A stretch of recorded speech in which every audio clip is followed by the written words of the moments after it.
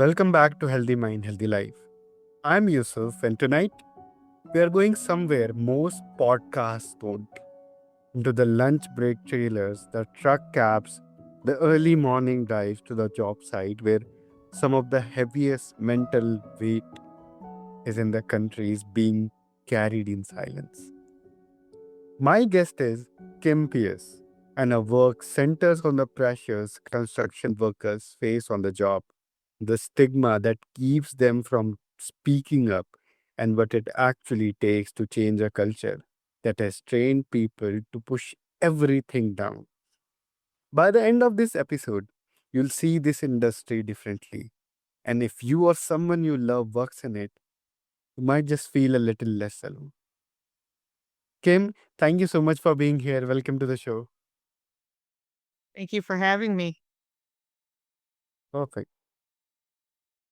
So, Kim, before we go into the harder territory, I want to start somewhere more personal. The work we end up doing in the world is almost always rooted in something we had to live, see or lose first.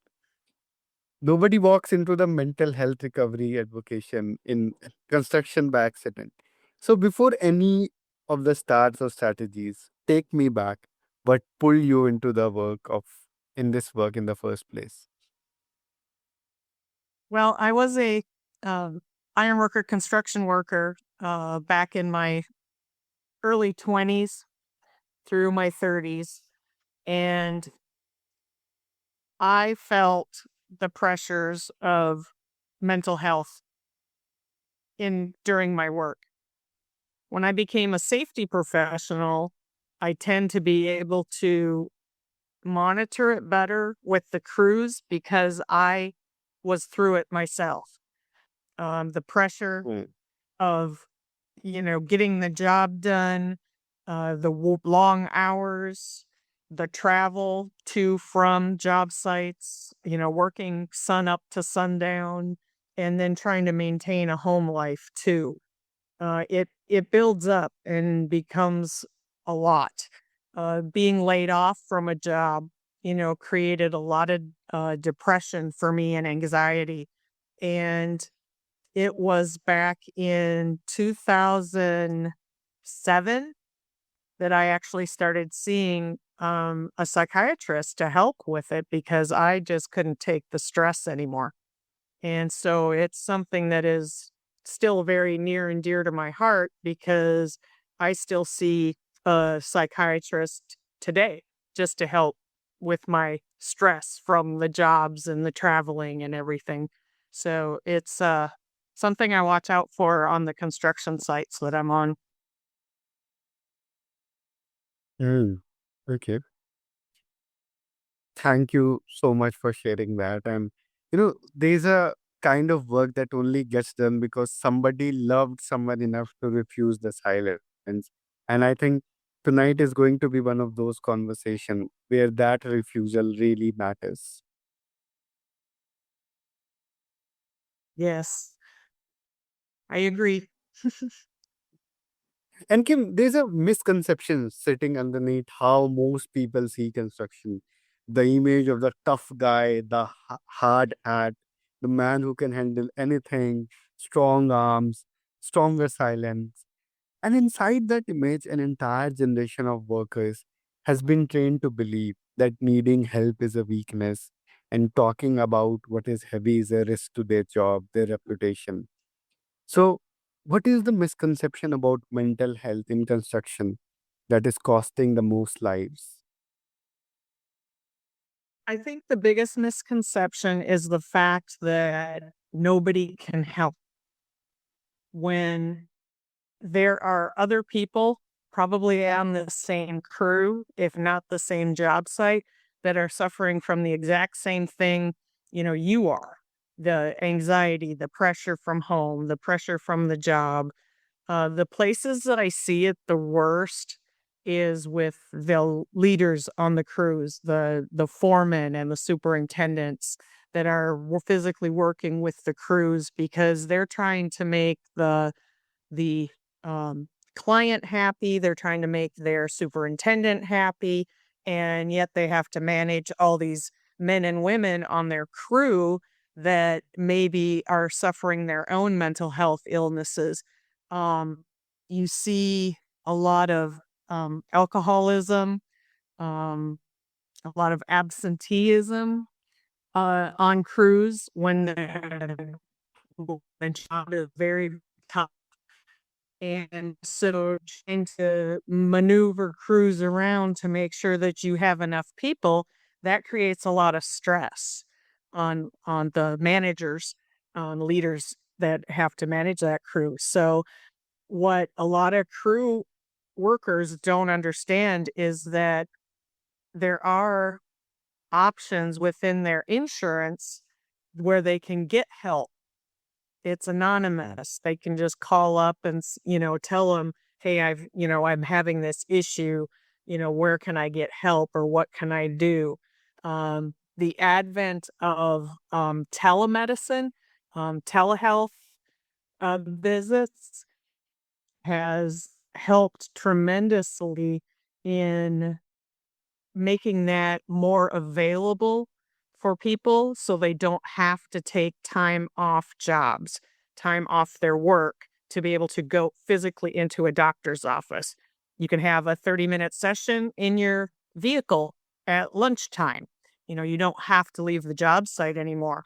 So the problem is solvable. There is a solution. Yeah. But why is nobody talking about the solution?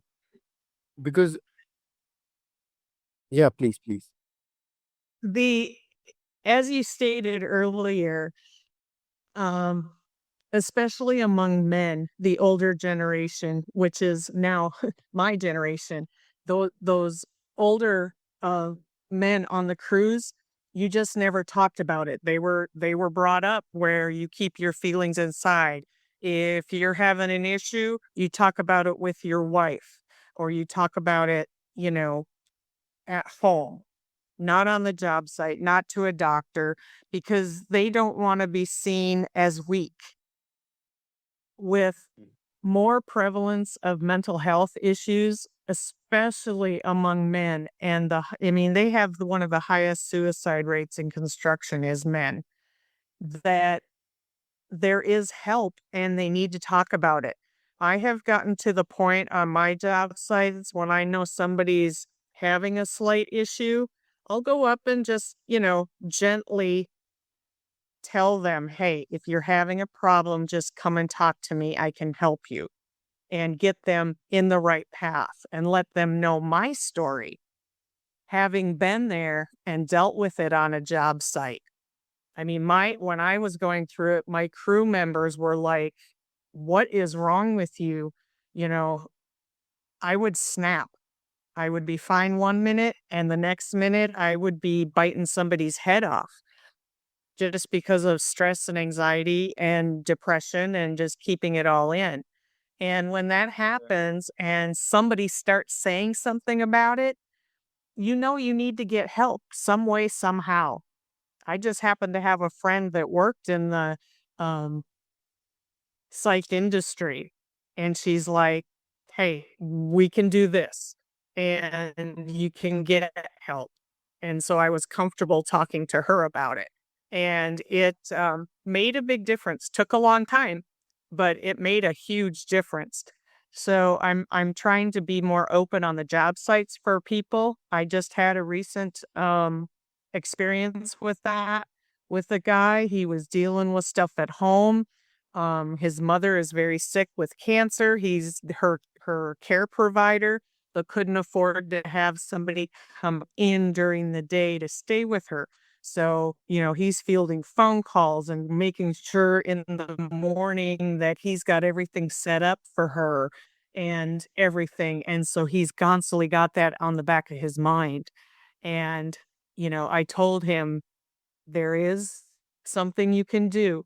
Let your supervisor know this is going on. So if you're distracted, he understands, or if you need to step away to take care of things, they will understand. It's not just that you're distracted and being lazy on the job, or you're absent because of, you just not showing up for work or had a late night. So there are conversations that need to be had. Um, they need to be people need to be more open about it. Mm.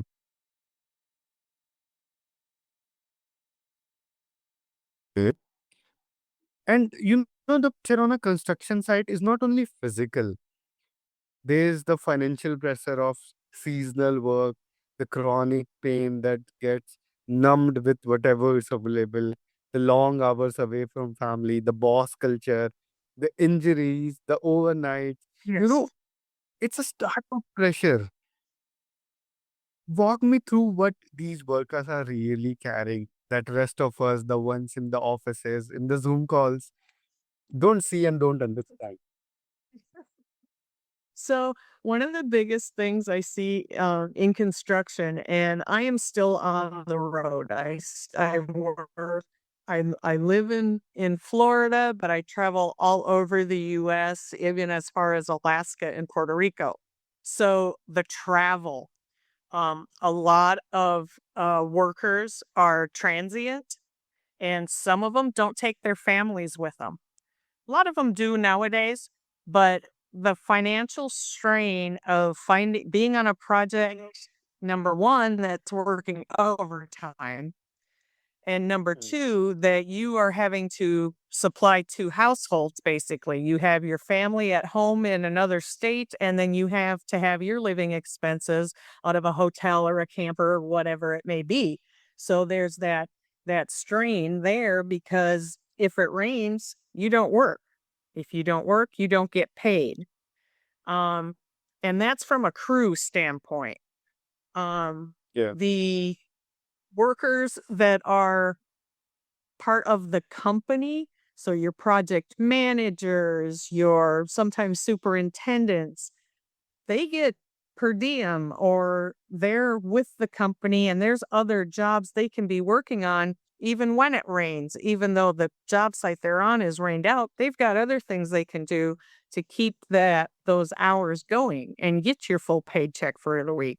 So yeah, the financial strain and just the travel on the family and everything can be a real hardship for some to get used to or to handle.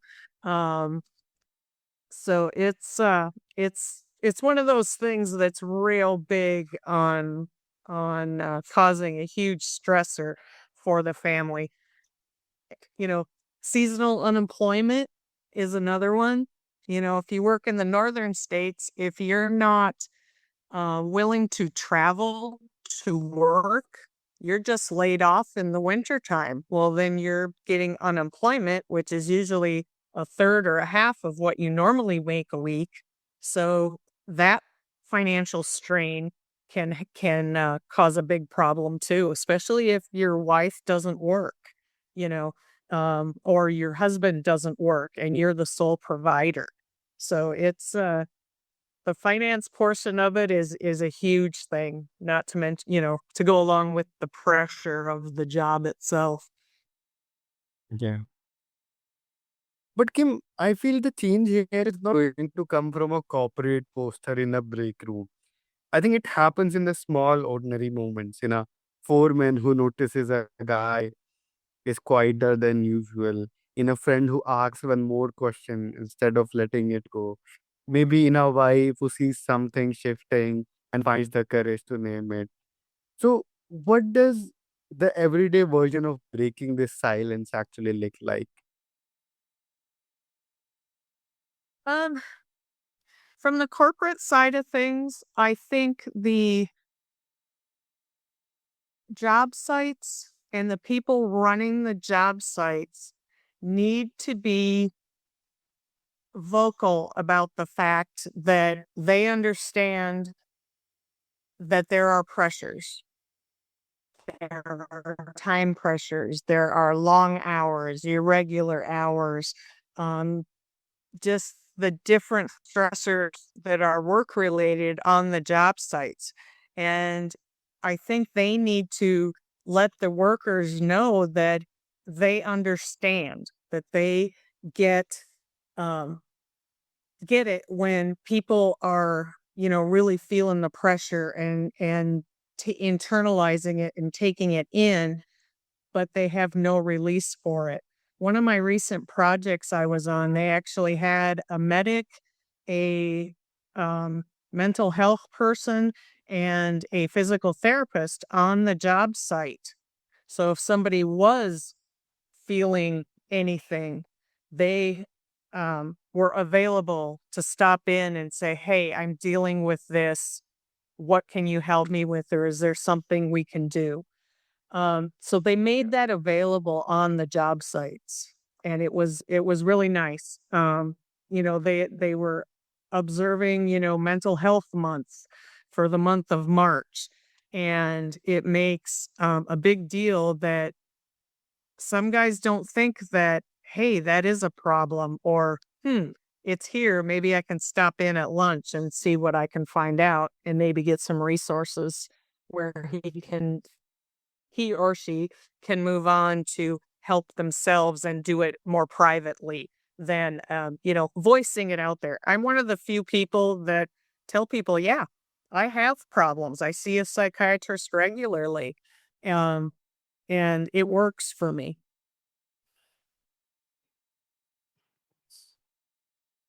So, Kim, for people who want to connect with you or want to support your cause, where can they do that? Uh, my book, The Hands That Built This, and Yeah. I talk about the mental health crisis and some of the things that go on the job sites in chapter 7 of my book. And there are a few different resources that I have listed for veterans, for construction workers in general. Um, and one of the things that I have is the it's called 988lifeline.org, that it's free and it's open to anyone. It's a great resource for anybody that's looking to get some mental health help and just can't get home to deal with it. My book can be found on my website, which is pierceauthor.com.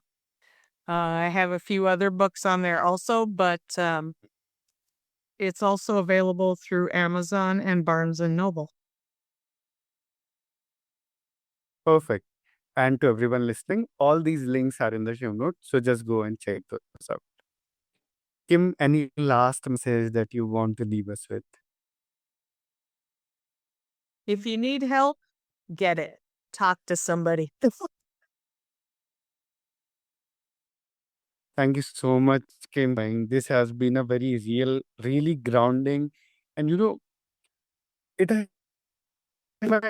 time I used to see that particular kind of industry. Thank you so much for that. Not a problem. Thank you for having me. Absolutely. If you're listening to this and you work in construction or you love someone who does, I want you to take one thing with you tonight. The silence you have been keeping or the silence you have been watching from outside does not have to last another week. One conversation, one honest question, one moment of refusing to let it slide can change a life. Maybe yours, maybe someone who have been worried about for a while. You don't have to fix it tonight. You just have to stop pretending you did not say it. That is enough for now. This was Healthy Mind, Healthy Life. I am Yusuf. Thank you, Kim, for the work you are doing. And you listening, take care of yourself, take care of each other. We'll see you in the next one.